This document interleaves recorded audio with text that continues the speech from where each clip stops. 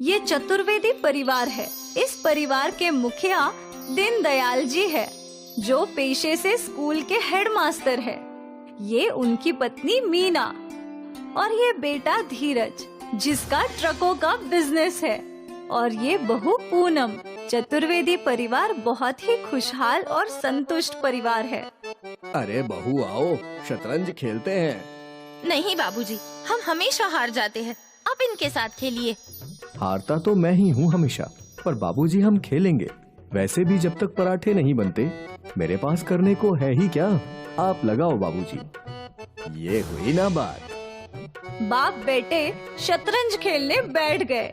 दीनदयाल जी शतरंज के खेल के उस्ताद थे और मिनटों में उन्होंने धीरज को हरा दिया। आप एक बार भी मेरे लल्ला को जीतने नहीं देते। हमने कहाँ रोका है इसे जीतने से। अगर तुम्हारा लल्ला जीतने के काबिल होगा तो जीत ही जाएगा ना। अब कोई खुद को हरवा के बेटे को जितवा थोड़ी ना सकता है। बाबूजी, हमको तो हारने में भी बड़ा मजा आता है। आपको इस खेल से इतना शौक है कि क्या बताएं। इस खेल से ज्यादा हमें बच्चों को पढ़ाने का शौक है। और हमारे 10 बज गए हैं, हम जा रहे हैं स्कूल। अरे पर बाबूजी, नाश्ता तो करते जाइए। टाइम नहीं है बहू हमारे पास। 1 मिनट रुकिए तो हम डिब्बे में भरकर दे देते हैं। ठीक है, बस 1 मिनट। पूनम ने हड़बड़ी डिब्बा भरा और दीनदयाल जी चले गए। दीनदयाल जी सरकारी स्कूल के मास्टर थे। भले ही सरकारी स्कूल की हालात खराब थी, पर यहाँ शिक्षा बहुत अच्छी मिलती थी। दीनदयाल जी मन लगाकर पढ़ाते थे। अरे छोटू, तू आज इतनी देरी से क्यों आया? अब वो सर, मैं बगल वाले गांव गया था अपनी दीदी को उसके ससुराल छोड़ने, तो वहाँ से दौड़ते हुए आ रहा हूँ, इसीलिए देर हो गई। ठीक है, इस बार तुम कक्षा में बैठ सकते हो। अगली बार देर हुई तो हम तुम्हारे बहाने नहीं सुनेंगे। ठीक है। दीनदयाल जी शिक्षा को बहुत सीरियसली लेते थे। वो मानते थे कि स्कूल में बिताया हुआ हर क्षण बहुत जरूरी होता है। इसलिए ना वो खुद देरी से जाते थे और ना ही उनके छात्रों को देरी से आने देते थे। सब कुछ सही चलता जब तक बरसात नहीं आती, पर बरसात आते ही क्लासरूम खाली हो जाता, क्योंकि सरकारी स्कूल की छत टपका करती थी। और छत की रिपेयर करने के लिए दीनदयाल जी हर साल सरकारी ऑफिस में अर्जी लेकर जाते थे। आइए आइए दीनदयाल जी। वहीं मैं सोचूं, बरसात शुरू हो गई है, आप अभी तक आए कैसे नहीं? क्या लेंगे, चाय या ठंडा? आप बस हमारे स्कूल की छत रिपेयर करवा दीजिए, बाकी हम कुछ नहीं लेंगे। ऐसा है ना दीनदयाल जी, हम आपकी अर्जी हर साल आगे भेज देते हैं, पर मंत्री जी आपकी इस अर्जी के लिए फंड ही नहीं सैंक्शन करते हैं। अब इसमें हम क्या कर सकते हैं? अब हमें क्या करना चाहिए? आप एक बार जाकर शिक्षा मंत्री जी से मिल लीजिए, हो सकता है आपका काम बन जाए। ठीक है, तो मैं ये अर्जी उन्हें ही दूंगा। दीनदयाल जी ने मंत्री जी का अपॉइंटमेंट लिया और उनसे मिलने पहुंच गए। सर, हम सरकारी स्कूल के मास्टर हैं।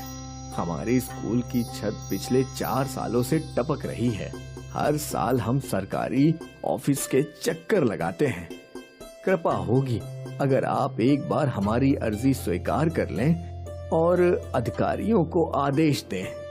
जी जी बिल्कुल, हम तुरंत आपके स्कूल की मरम्मत का काम सौंप देंगे किसी कॉन्ट्रैक्टर को। धन्यवाद सर।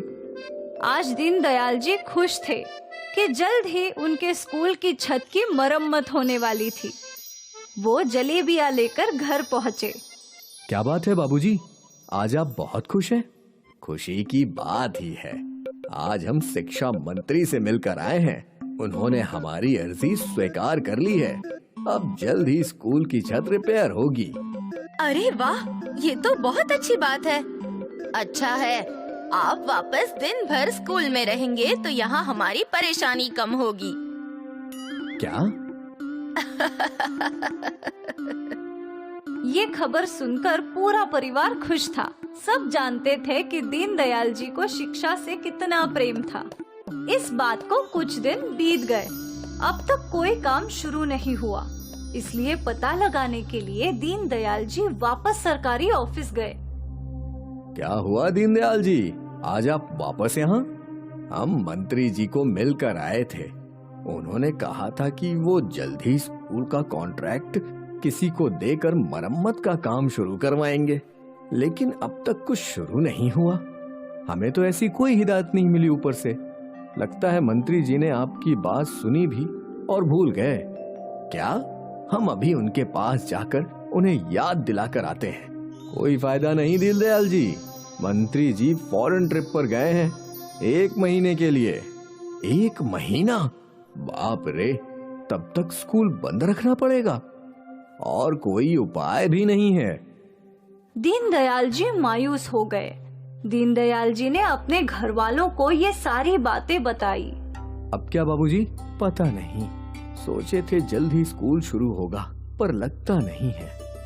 दीनदयाल जी का उदास चेहरा देखकर धीरज और पूनम को बहुत बुरा लग रहा था। वो दोनों उनकी मदद करना चाहते थे। बाबूजी, आप किसी और जगह क्लास चला नहीं सकते क्या? पर कहाँ? इतनी बड़ी जगह कहाँ है इस गांव में? हमारा घर भी इतना बड़ा नहीं है। धीरज सोच ही रहा था कि उसे ट्रक के कंटेनर का याद आया। बाबूजी, ट्रक के कंटेनर में क्लास चलाएं तो? ये कैसे संभव है? आपने ट्रक के कंटेनर में ऑफिसेज देखे होंगे, तो अंदर कक्षा भी बना सकते हैं। जब तक स्कूल की मरम्मत नहीं हो जाती है, कम से कम बच्चे पढ़ तो पाएंगे। क्या ये संभव है? जरूर। अगले दिन धीरज अपना ट्रक गांव के अंदर ले आया। इस ट्रक पर एक कंटेनर था। धीरज ने कंटेनर के अंदर ब्लैक बोर्ड लगवाया और लाइट और पंखे भी, और एक ही दिन के भीतर विशाल ट्रक स्कूल तैयार हो गया। लीजिए बाबूजी, आपका ट्रक स्कूल तैयार है।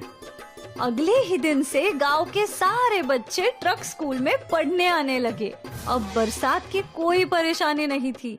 दीनदयाल जी एक बार फिर बच्चों को पढ़ाने लगे और उन्हें खुश देखकर उनका परिवार भी बहुत खुश था। पूरी बरसात सरकारी स्कूल ट्रक स्कूल के अंदर ही लगता रहा। आखिर बरसात के अंत में सरकार ने सरकारी स्कूल की मरम्मत का काम शुरू किया। दीनदयाल जी खुश थे कि किसी भी बच्चे की शिक्षा नहीं रुकी थी। उम्मीद है अगले साल इस गांव को विशाल ट्रक स्कूल की जरूरत ना पड़े। ऐसे ही नई नई कहानियों के लिए हमारे चैनल स्टोरी स्टेशन को सब्सक्राइब करें।